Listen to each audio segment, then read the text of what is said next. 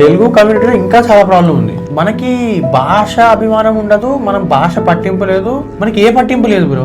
Cost పట్టింపు, cost పట్టింపు ఎక్కువ ఉంటుంది. తెలంగాణ వాళ్ళకి ఇంకా అంత డబ్బే లేదు, ఇప్పుడు వస్తుంది కదా తెలంగాణ పైకి. అండ్ రాయలసీమ ఉత్తరాంధ్ర ఎప్పుడు అండర్ రిప్రజెంటెడ్.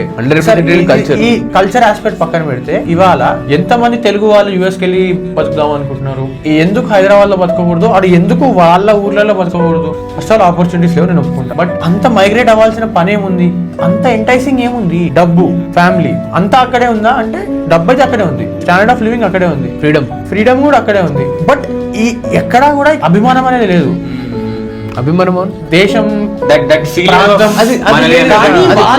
మాట్లాడతారు దేశం ప్రాంతం అభిమానం అని అక్కడ. అక్కడికి వెళ్ళి సవాల్ చేస్తారు. It is very sad. ఎందుకంటే కింద ఆన్ గ్రౌండ్ మారిపోతుంది మొత్తం. ఇప్పుడు జనాలందరూ అక్కడి నుంచి వదిలేసి యుఎస్కి వెళ్ళిపోతున్నారు. అక్కడ నార్మల్